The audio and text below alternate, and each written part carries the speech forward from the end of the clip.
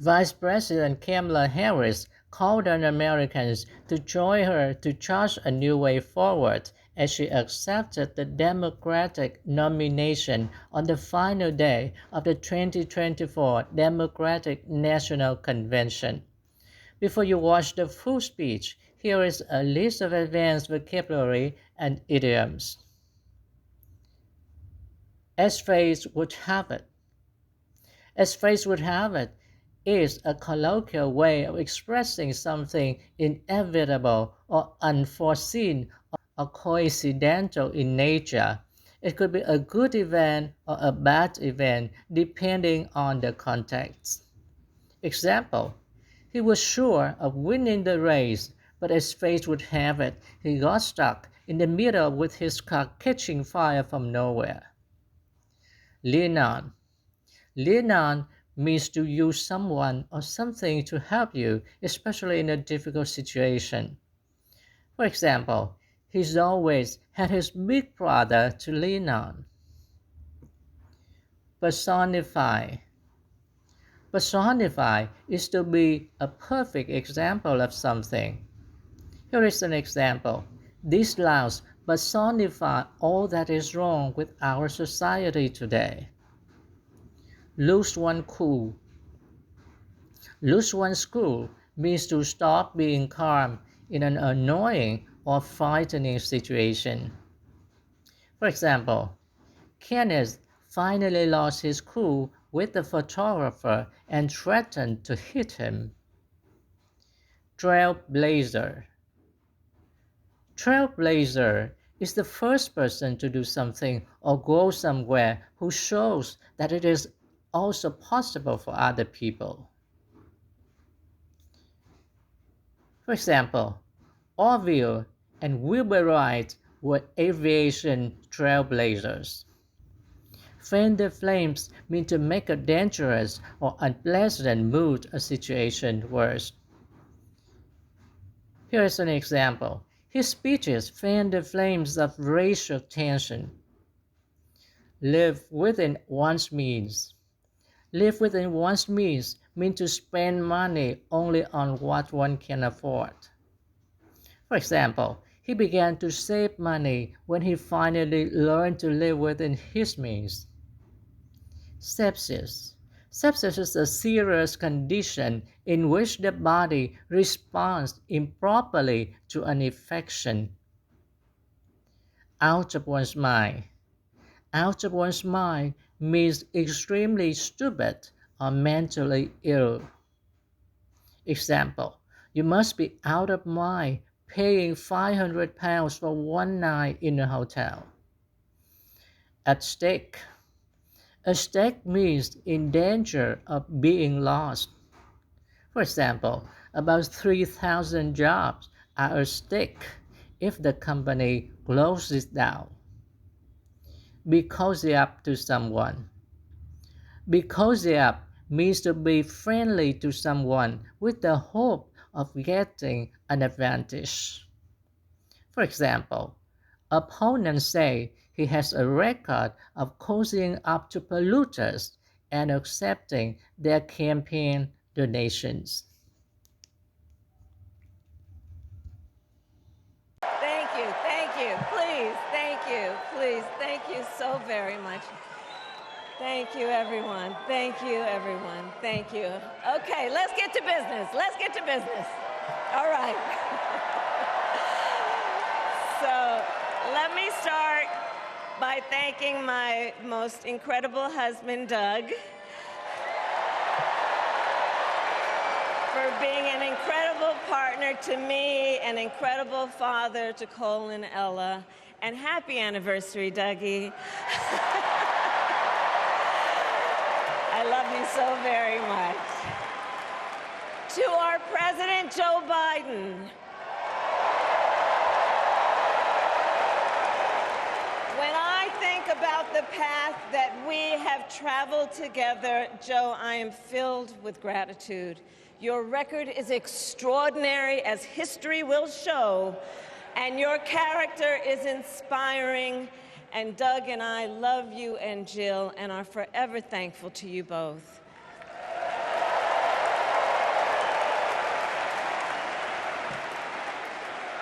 And to Coach Tim Walz,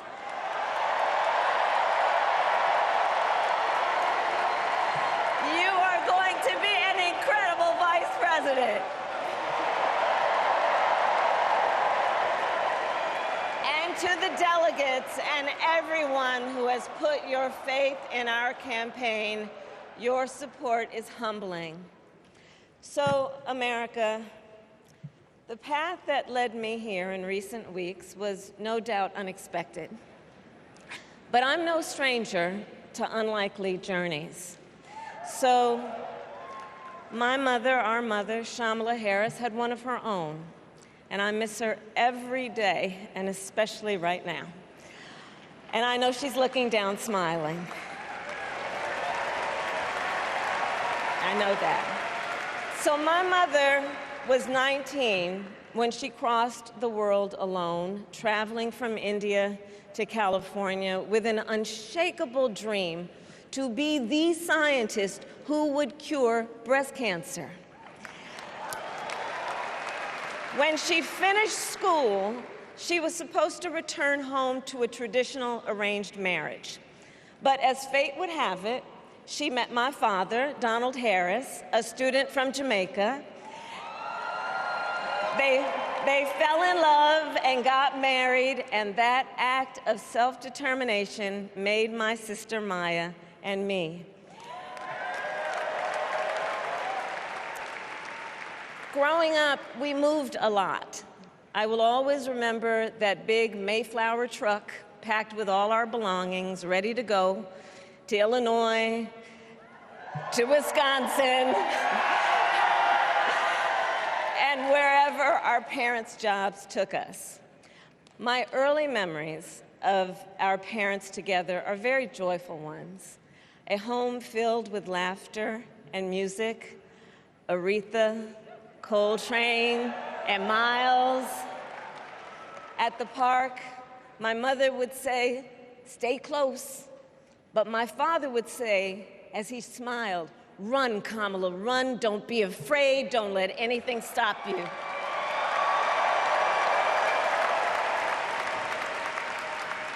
From my earliest years, he taught me to be fearless. But the harmony between my parents did not last. When I was in elementary school, they split up. And it was mostly my mother who raised us.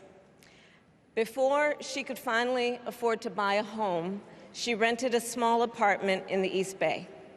In the Bay,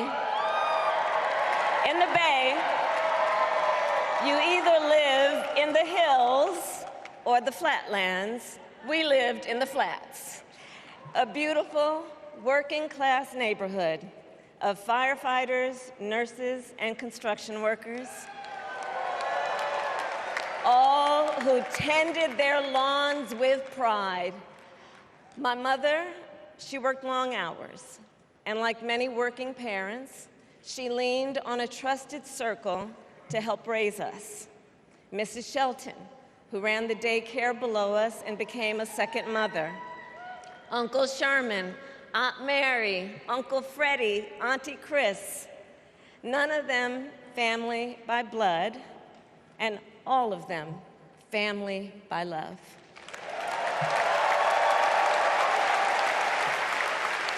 Family who taught us how to make gumbo, how to play chess, and sometimes even let us win.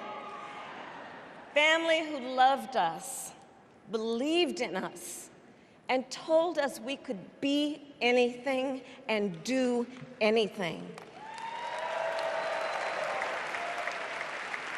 They instilled in us the values they personified: community, faith, and the importance of treating others as you would want to be treated, with kindness, respect, and compassion.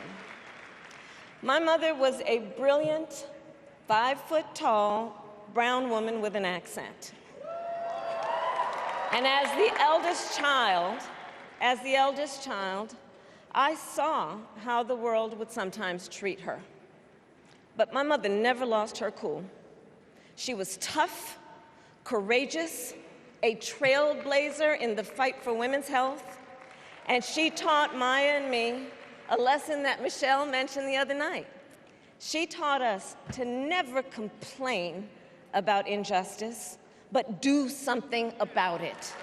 Do something about it. That was my mother. And she taught us, and she also taught us, and never do anything half-assed. And that is a direct quote. A direct quote. I grew up immersed in the ideals of the civil rights movement. My parents had met at a civil rights gathering, and they made sure that we learned about civil rights leaders, including the lawyers like Thurgood Marshall and Constance Baker Motley, those who battled in the courtroom to make real the promise of America. So at a young age, I decided I wanted to do that work. I wanted to be a lawyer. And when it came time to choose the type of law I would pursue, I reflected on a pivotal moment in my life. You see, when I was in high school, I started to notice something about my best friend, Wanda. She was sad at school, and there were times she didn't want to go home. So one day I asked if everything was all right, and she confided in me that she was being sexually abused by her stepfather.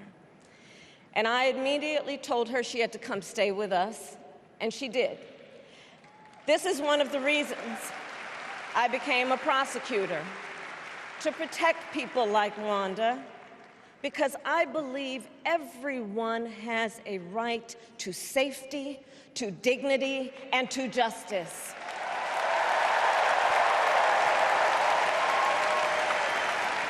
As a prosecutor, when I had a case, I charged it not in the name of the victim, but in the name of the people. For a simple reason. In our system of justice, a harm against any one of us is a harm against all of us.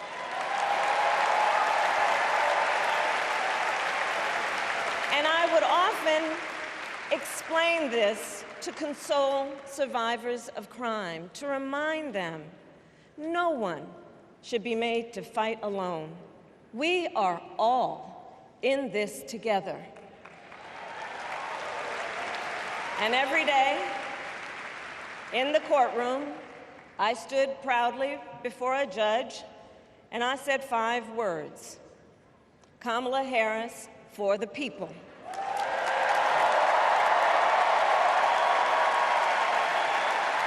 And to be clear, my entire career, I've only had one client, the people.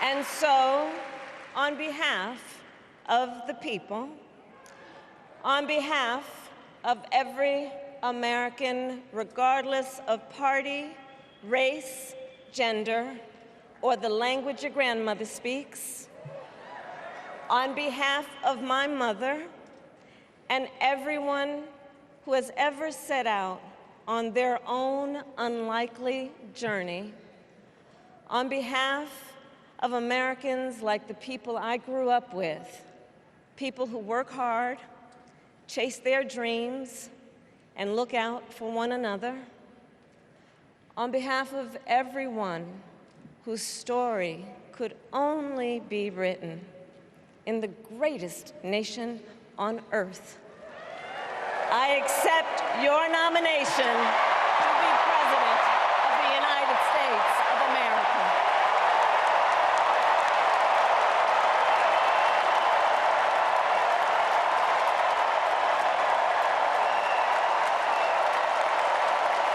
And with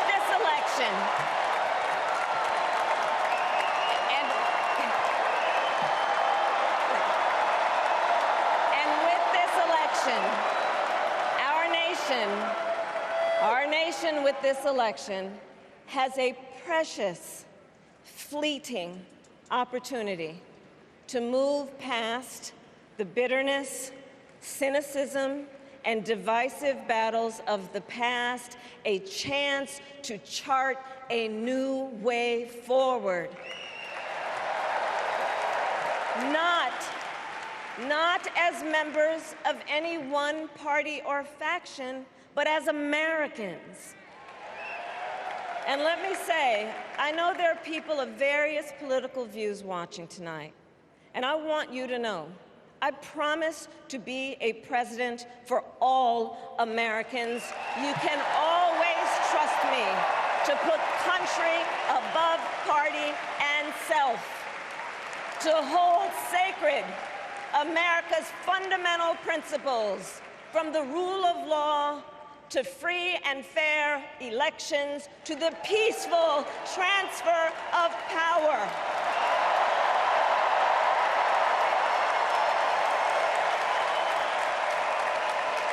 I will be a president who unites us around our highest aspirations, a president who leads and listens, who is realistic, practical, and has common sense, and always fights for the American people. From the courthouse to the White House, that has been my life's work. As a young courtroom prosecutor in Oakland, California, I stood up for women and children against predators who abuse them.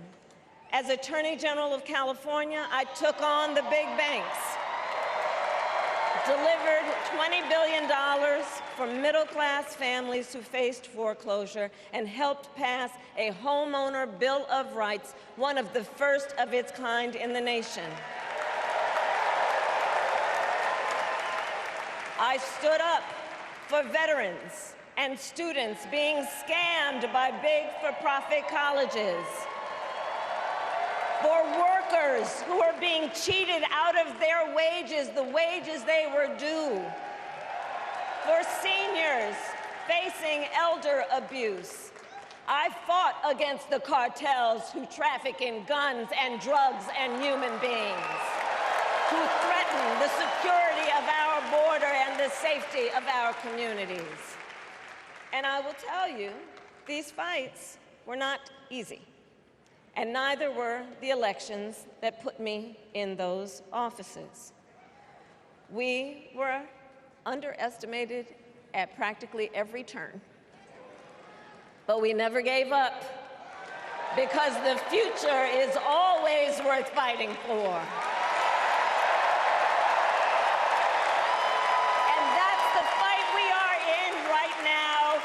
Fight for America's future.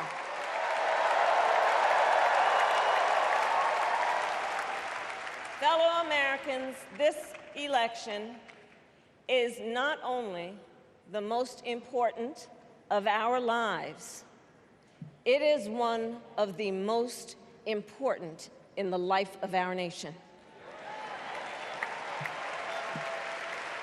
In many ways, Donald Trump is an unserious man. But the consequences of putting Donald Trump back in the White House are extremely serious. Consider not only the chaos and calamity when he was in office, but also the gravity of what has happened since he lost the last election. Donald Trump tried to throw away your votes. When he failed, he sent an armed mob to the United States Capitol, where they assaulted law enforcement officers. When politicians in his own party begged him to call off the mob and send help, he did the opposite. He fanned the flames. And now, for an entirely different set of crimes, he was found guilty of fraud by a jury of everyday Americans, and separately and separately found liable for committing sexual abuse. And consider what he intends to do if we give him power again. Consider his explicit intent to set free violent extremists who assaulted those law enforcement officers at the Capitol. His explicit intent to jail journalists, political opponents, and anyone he sees as the enemy.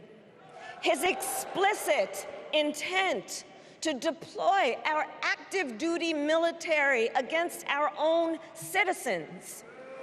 Consider the power he will have, especially after the United States Supreme Court just ruled that he would be immune from criminal prosecution. Just imagine Donald Trump with no guardrails, and how he would use the immense powers of the presidency of the United States, not to improve your life, not to strengthen our national security, but to serve the only client he has ever had, himself.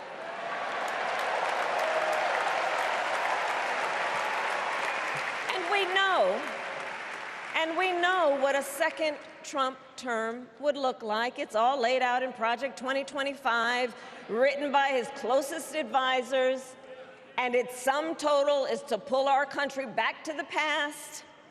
But America, we are not going back. We are not going back. We are not going back.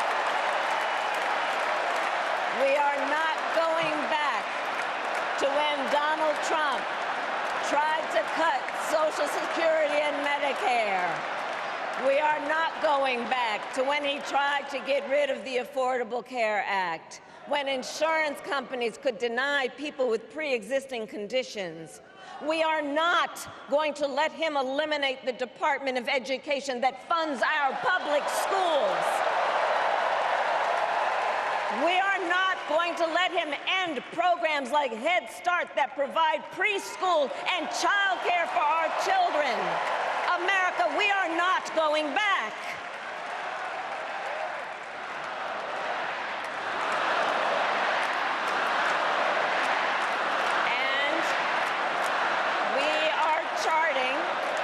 And we are charting a new way forward. Forward to a future with a strong and growing middle class, because we know a strong middle class has always been critical to America's success. And building that middle class will be a defining goal of my presidency.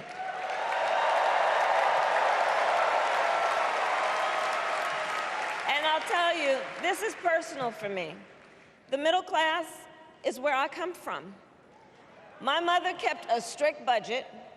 We lived within our means, yet we wanted for little. And she expected us to make the most of the opportunities that were available to us and to be grateful for them. Because, as she taught us, opportunity is not available to everyone.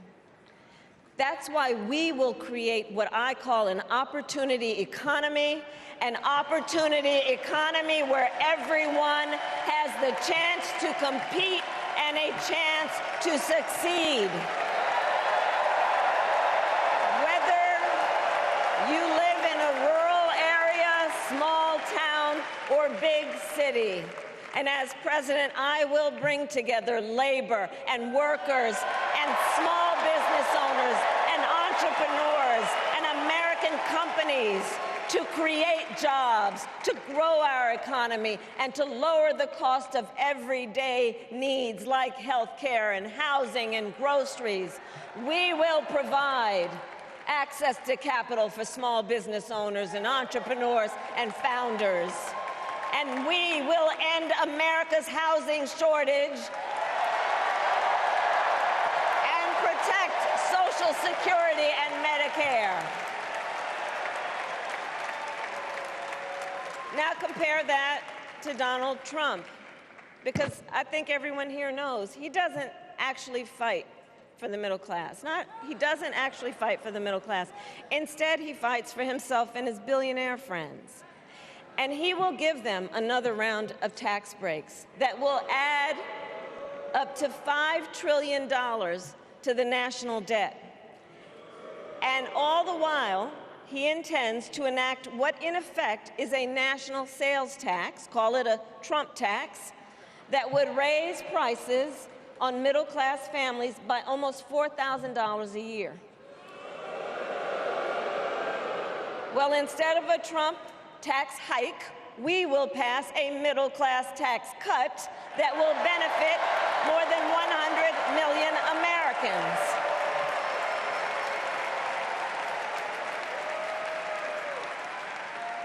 Friends, I believe America cannot truly be prosperous unless Americans are fully able to make their own decisions about their own lives, especially on matters of heart and home. But tonight, in America, too many women are not able to make those decisions. And let's be clear about how we got here. Donald Trump handpicked members of the United States Supreme Court to take away reproductive freedom. And now he brags about it. In his words, quote, "I did it and I'm proud to have done it," end quote. Well, I'll tell you, over the past 2 years, I've traveled across our country, and women have told me their stories. Husbands and fathers have shared theirs. Stories of women miscarrying in a parking lot, developing sepsis, losing the ability to ever again have children, all because doctors are afraid they may go to jail for caring for their patients. Couples just trying to grow their family, cut off in the middle of IVF treatments. Children who have survived sexual assault, potentially being forced to carry a pregnancy to term. This is what's happening in our country because of Donald Trump. And understand, he is not done. As a part of his agenda, he and his allies would limit access to birth control, ban medication abortion, and enact a nationwide abortion ban with or without Congress. And get this, he plans to create a national anti-abortion coordinator and force states to report on women's miscarriages and abortions. Simply put, they are out of their minds.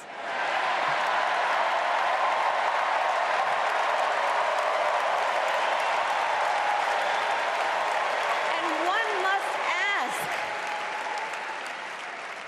must ask, why exactly is it that they don't trust women? Well, we trust women.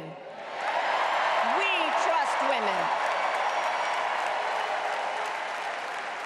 And when Congress passes a bill to restore reproductive freedom, as President of the United States, I will proudly sign it into law.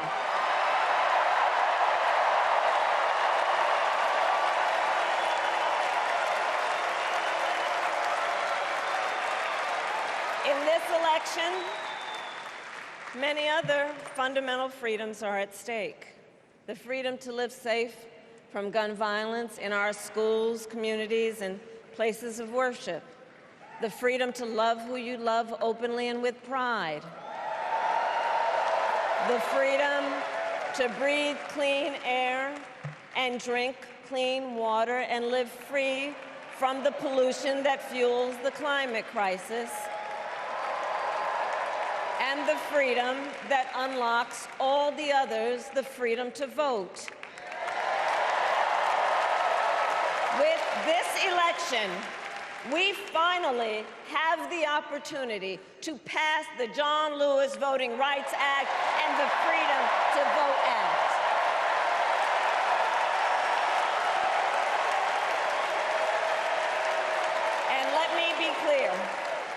And let me be clear, after decades in law enforcement, I know the importance of safety and security, especially at our border. Last year, Joe and I brought together Democrats and conservative Republicans to write the strongest border bill in decades. The Border Patrol endorsed it.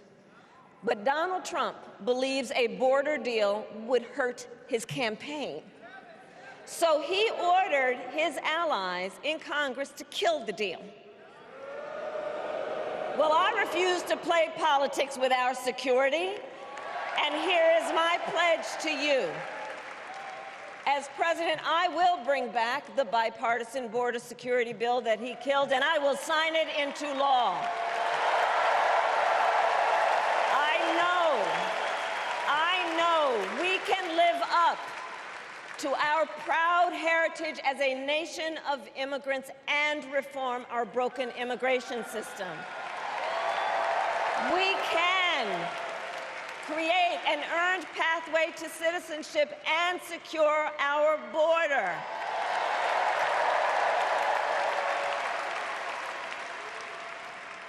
And America, we must also be steadfast in advancing our security and values abroad.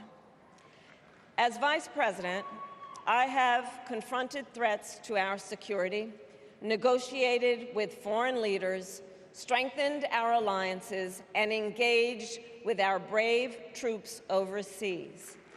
As Commander-in-Chief, I will ensure America always has the strongest, most lethal fighting force in the world. And I will fulfill our sacred obligation to care for our troops and their families, and I will always honor and never disparage their service and their sacrifice.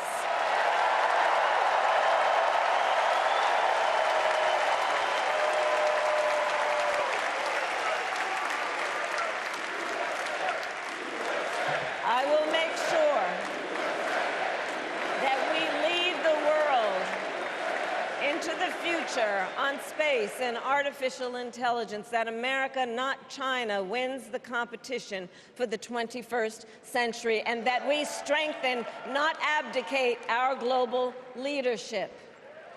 Trump, on the other hand, threatened to abandon NATO. He encouraged Putin to invade our allies, said Russia could, quote, do whatever the hell they want. 5 days before Russia attacked Ukraine, I met with President Zelensky to warn him about Russia's plan to invade. I helped mobilize a global response, over 50 countries, to defend against Putin's aggression. And as president, I will stand strong with Ukraine and our NATO allies.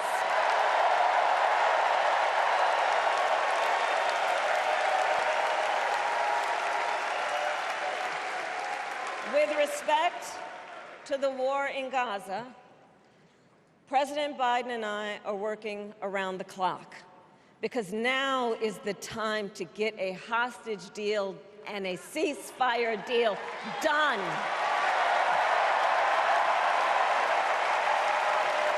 And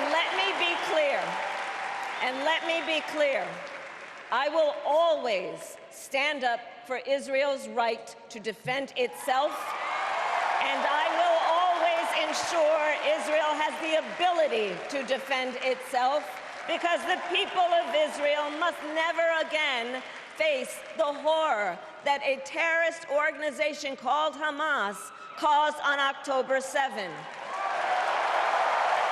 including unspeakable sexual violence, and the massacre of young people at a music festival. At the same time, what has happened in Gaza over the past 10 months is devastating. So many innocent lives lost. Desperate, hungry people fleeing for safety over and over again. The scale of suffering is heartbreaking. President Biden and I are working to end this war such that Israel is secure, the hostages are released, the suffering in Gaza ends, and the Palestinian people can realize their right to dignity, security, freedom, and self-determination.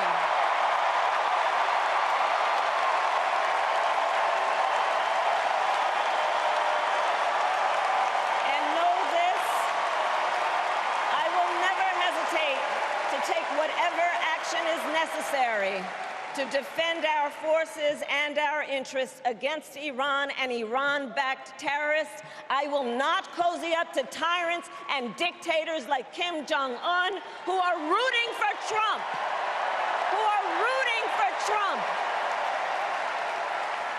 Because, you know, they know he is easy to manipulate with flattery and favors. They know Trump won't hold autocrats accountable because he wants to be an autocrat himself. And as president, I will never waver in defense of America's security and ideals, because in the enduring struggle between democracy and tyranny, I know where I stand and I know where the United States belongs.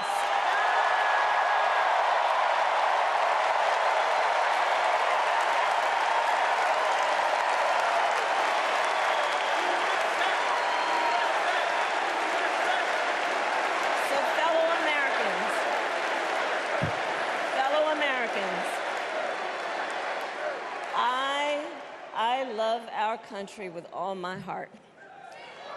Everywhere I go, in everyone I meet, I see a nation that is ready to move forward, ready for the next step in the incredible journey that is America. I see an America where we hold fast to the fearless belief that built our nation and inspired the world, that here, in this country, anything is possible, that nothing is out of reach. An America where we care for one another, look out for one another, and recognize that we have so much more in common than what separates us. That none of us has to fail for all of us to succeed. And that in unity there is strength. You know, our opponents in this race are out there every day denigrating America, talking about how terrible everything is. Well, my mother had another lesson she used to teach. Never let anyone tell you who you are. You show them who you are.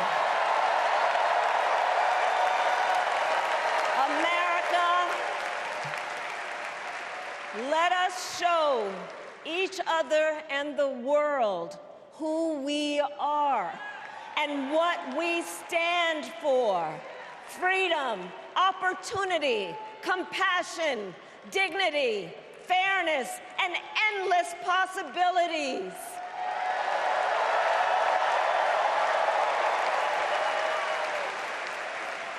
We are the heirs to the greatest democracy in the history of the world.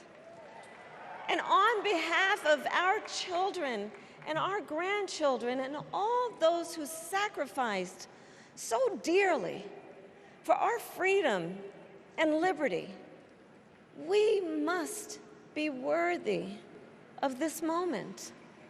It is now our turn to do what generations before us have done, guided by optimism and faith, to fight for this country we love, to fight for the ideals we cherish, and to uphold the awesome responsibility that comes with the greatest privilege on earth, the privilege and pride of being an American.